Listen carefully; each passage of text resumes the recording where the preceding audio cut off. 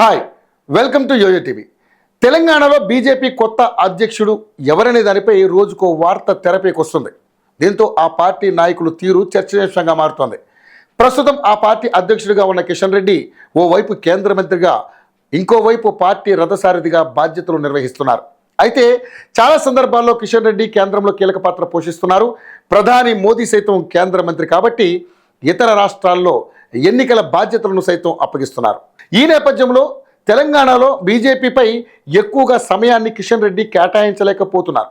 దీంతో పార్టీలోని ఎమ్మెల్యేలు, ఎంపీలు సైతం ప్రభుత్వాన్ని, బీఆర్ఎస్ పార్టీని విమర్శించడంలో ఎవరి స్టాండ్ వారిది అన్నట్లుగా వ్యవహరిస్తున్నారు.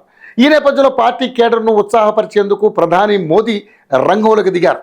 తెలంగాణలోని కీలక నేతలతో సమావేశమై దిశానిర్దేశం చేశారు.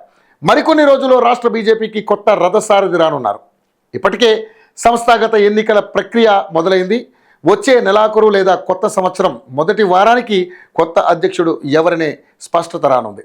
అతి కొద్ది సమయంలో కిషన్ రెడ్డి నేతల పట్ల కఠినంగా వ్యవహరించి పార్టీని గాడిలో పెడతారా, క్రమశిక్షణ కమిటీ సిఫార్సులను అమలు చేస్తారా, పనిచేసే కార్యకర్తలకు గుర్తింపు ఇచ్చి తన మార్కు చూపించుకుంటారా లేదా అనే అంశం ఉత్కంఠగా మారింది. లేకుంటే మౌనంగానే ఉండి కొత్త అధ్యక్షుడికి మరింత బాధ్యతలు అప్పగిస్తారా అనేది రాష్ట్ర రాజకీయాల్లో ఆసక్తిగా మారింది. తెలంగాణ పరివార్ కేడర్ అంతా త్వరలోనే వచ్చే కొత్త సారథిపైనే ఆశలు పెట్టుకుంటుంది. పార్టీని ఉరకలు పెట్టించే సారథి కోసం బీజేపీ హైకమాండ్ అన్వేషణ కొనసాగిస్తోంది.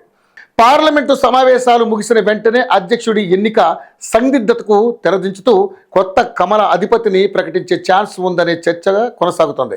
స్థానిక సంస్థల ఎన్నికల్లో సత్తా చాటి కాంగ్రెస్, బీఆర్ఎస్ పార్టీలకు ప్రత్యామ్నాయ శక్తిగా ఎదగాలని భావిస్తున్న పరివార్ పార్టీ లక్ష్యాలు ఏ మేరకు నెరవేరుతాయో చూడాలి. మరి దీంతో పాటు కొత్త బాధ్యతలు తీసుకునే వ్యక్తికి ఇద్దరు కేంద్ర మంత్రులు, ఎంపీలు, ఎమ్మెల్యేలు, కేడర్ ఏ మేరకు సహకరిస్తారో చూడాలి.